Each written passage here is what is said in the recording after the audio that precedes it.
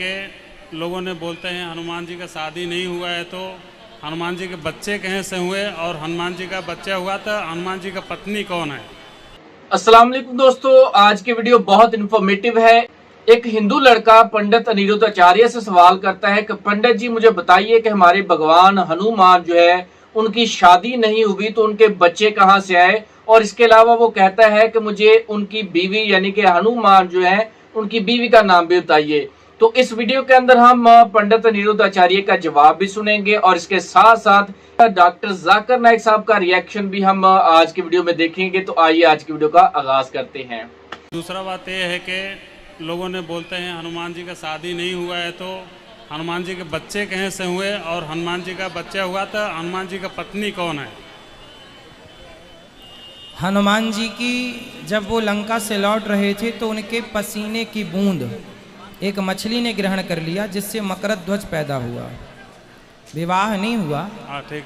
पर दक्षिण में एक मंदिर है जहां हनुमान जी अपनी पत्नी के साथ बैठे हैं। पत्नी का नाम है सुवर्चला। सूर्य भगवान की पुत्री से केवल कुछ विद्या प्राप्त करने के लिए इन्होंने विवाह किया, इसका बहुत उल्लेख नहीं है। परंतु हनुमान जी ने जो मकरध्वज हैं वो पसीने की बूंद जब लौट रहे थे लंका से, तब एक मछली निगल गई और वो गर्भवती हुई। अगर कोई जिना करता है, चाहे वो औरत हो या मर्द हो, दोनों के लिए सजा है 100 कोड़े।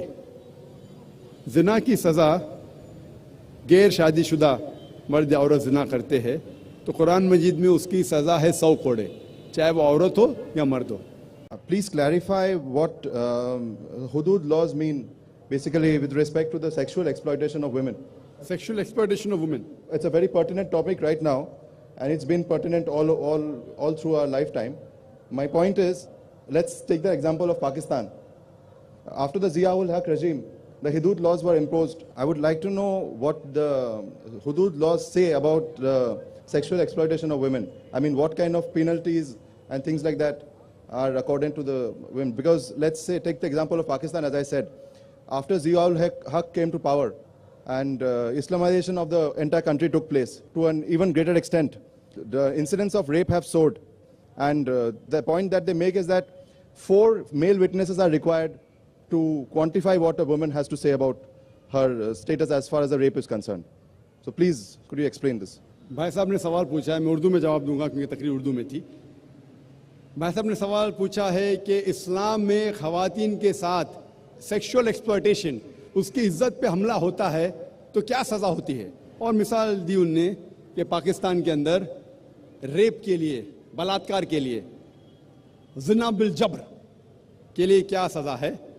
और ज़िया-उल-हक का उसने एग्जाम्पल दिया कि 4 सबूत की ज़रूरत है, नहीं मिले तो इसीलिए रेप पाकिस्तान में बढ़ गई। बहुत से लोगों को गलत फहमी है कि रेप के लिए, जिना बिल जबर के लिए, बलात्कार के लिए 4 सबूत की जरूरत है। कुरान मजीद या हदीस में कहीं भी नहीं लिखा है कि बलात्कार या जिना बिल जबर के लिए 4 सबूत की जरूरत है। कुरान मजीद में लिखा हुआ है, जो मैंने आयत कोट की, सूरह नूर सूरा नंबर 24 आयत नंबर 4 में, अगर कोई इल्जाम लगाता है औरत पर कि उसने कोई जिना किया, दूसरा कुछ किया, तो 4 सबूत की जरूरत है, या बच्चा लने बराबर ने। जिना के लिए अगर कोई इल्जाम लगाता है कि ये औरत ने जिना किया या वो मर्द ने जिना किया, तो वो आदमी जो इल्जाम लगाता है उसको 4 सबूत पेश करना फर्ज है। अगर 4 सबूत पेश नहीं कर सकता तो वो आदमी को 80 कोड़े पड़ेंगे। उसका मतलब ये नहीं कि अगर कोई औरत के साथ बलात्कार करता है तो वो औरत अगर इल्जाम लगाती है उस वक्त 4 सबूत की जरूरत नहीं है। तो अच्छी बात है। और ये हदीस में आता है, सही हदीस में, कि एक बार एक औरत कहती है कि एक आदमी ने मेरे साथ बलात्कार किया, और मोहम्मद सल्लल्लाहु अलैहि वसल्लम फौरन सही आदमी को जिसने बलात्कार किया उसको सजाए मौत देते हैं। सही हदीस है। उस टाइम 4 सबूत की जरूरत नहीं, लेकिन सबूत की जरूरत है। It may be an evidence only of the women, but it should be backed up with circumstantial evidence.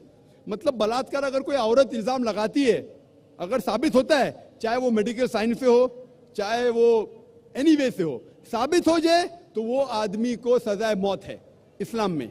इसीलिए आप देखेंगे इस्लाम में there is something like modesty. हर रिलीजन में कहा गया है कि औरत को मत छेड़ो। आपने कहा सेक्सुअल एक्सप्लॉयटेशन बहुत किस्म के होते हैं, एक होता है कि ईज टीजिंग, बाद में various other thing, and one of the highest is rape. वक्त नहीं कि मैं सारे एक्सप्लॉयटेशन की बात करूं, लेकिन टॉकिंग अबाउट ईज टीजिंग, सारे मजहब में कहा गया है कि औरत को मत छेड़ो, औरत का बलात्कार मत करो। हिंदुइज्म में कहा गया है, क्रिश्चियनिटी में कहा गया है, इस्लाम में कहा गया है। लेकिन इस्लाम में तरीका दिखाया गया है किस तरीके से माशरा बने जहां कोई औरत को न छेड़े, कोई औरत का बलात्कार न करे। इस्लाम के अंदर हिजाब है। हिजाब, लोग हमेशा बात करते औरत का हिजाब, औरत का हिजाब। अल्लाह ताला कुरान मजीद में पहले आदमी के हिजाब के बारे में जिक्र करते, फिर औरत के।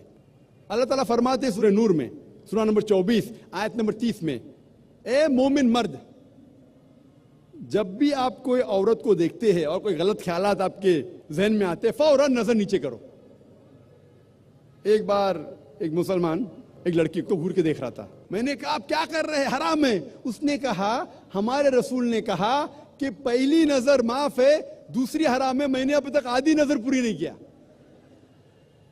जब अल्लाह के रसूल ने कहा कि पहली नजर माफ है, दूसरी हराम है, उसका मतलब ये नहीं कि आप घूर घूर के एक लड़की को 10 मिनट तक देखो बिना पल के झपकाए, विदाउट ब्लिंकिंग, और कहो कि मैं नजर पूरी नहीं किया। अल्लाह के रसूल का कहना यह था अगर अनइंटेंशनली, अनजाने में आप कोई औरत को देखते या लड़की को देखते, फिर से उसके ब्यूटी पे फीस्ट करने के लिए मत देखो। उसके बाद आता है हिजाब औरत के लिए। सूरह नूर सूरह नंबर 24 आयत नंबर 31, से टू द बिलीविंग वुमेन, कहो मोमिना से कि वो अपनी नजर नीचे करे, अपना सिर ढाके और अपनी जीनत न दिखाए, एक्सेप्ट व्हाट नेसेसरी, जितनी जरूरत है उतना। सिर्फ अपने वालदा, अपने शोहर, अपने बेटे जो महरम है उनके सामने वो इतने हिजाब स्ट्रिक्टली करना जरूरी नहीं। हिजाब के 6 नुक्ते हैं इस्लाम में। सबसे पहले नुक्ता है सतर, मर्द के लिए नाफ से लेके घुटने तक एक्सटेंट, खवातीन के लिए सारा जिस्म, सिर्फ चेहरा और हाथ टिल द रिस्ट, कलाई तक के खुले रह सकते, बाकी पूरा जिस्म ढका होना चाहिए। बाकी 5 नुक्ते मर्द और औरत के लिए यकसा है। दूसरा नुक्ता, कपड़े इतने पतले नहीं होना चाहिए ताकि आप उसके थ्रू देख सके, it should not be transparent और ट्रांसलूसेंट। नंबर 3, इतने चुस्त नहीं होना चाहिए ताकि मर्द या औरत का ढांचा दिखे। चौथा नुक्ता, इतने भड़कीले नहीं होना चाहिए ताकि ऑपोजिट जिन्स, दूसरा जिन्स मुतासर हो सके। 5वां नुक्ता, दूसरे जिन्स के कपड़े मत पहनो। 6ठा नुक्ता, वो कपड़े मत पहनो जो दूसरे मजहब की निशानी है। ये नुक्ते हैं। और अल्लाह के रसूल फरमाते सूरह अहज़ाब में सूरह नंबर 33 आयत नंबर 59 में 59 में अल्लाह फरमाते, ए नबी कह दो अपने बीवियों से, अपने बेटियों से, मोमिन औरतों से कि जब भी वो बाहर जाए तो एक क्लोक ओढ़े, जिलबाब ओढ़े, ताकि लोग उन्हें पहचान सके। No one should molest them, कोई उनसे छेड़खानी ना करे। मैं पूछना चाहता हूं आपसे कि अगर कलकत्ता में 2 जुड़वा बहन, बहुत खूबसूरत, यकसा खूबसूरत, दोनों कलकत्ता के सड़क पे चल रहे हैं, एक बहन पहनी है इस्लामिक कपड़े, हिजाब, सारा जिस्म ढका हुआ है, सिर्फ मुंह और हाथ कलाई तक खुले हैं, दूसरी बहन मगरिबी कपड़े पहनी है, मिनी स्कर्ट और शॉर्ट, और दोनों चल रहे कलकत्ता के सड़क के ऊपर, और कोने के ऊपर खड़ा हुआ है एक लफंगा लड़की को छेड़ने के लिए। मैं आपसे पूछना चाहता हूं वो कौन से लड़की को छेड़ेगा, वो बहन जो इस्लामिक हिजाब पहनी हुई कि वो लड़की जो मगरिबी मिनी स्कर्ट और शॉर्ट पहनी हुई, किसको छेड़ेगा?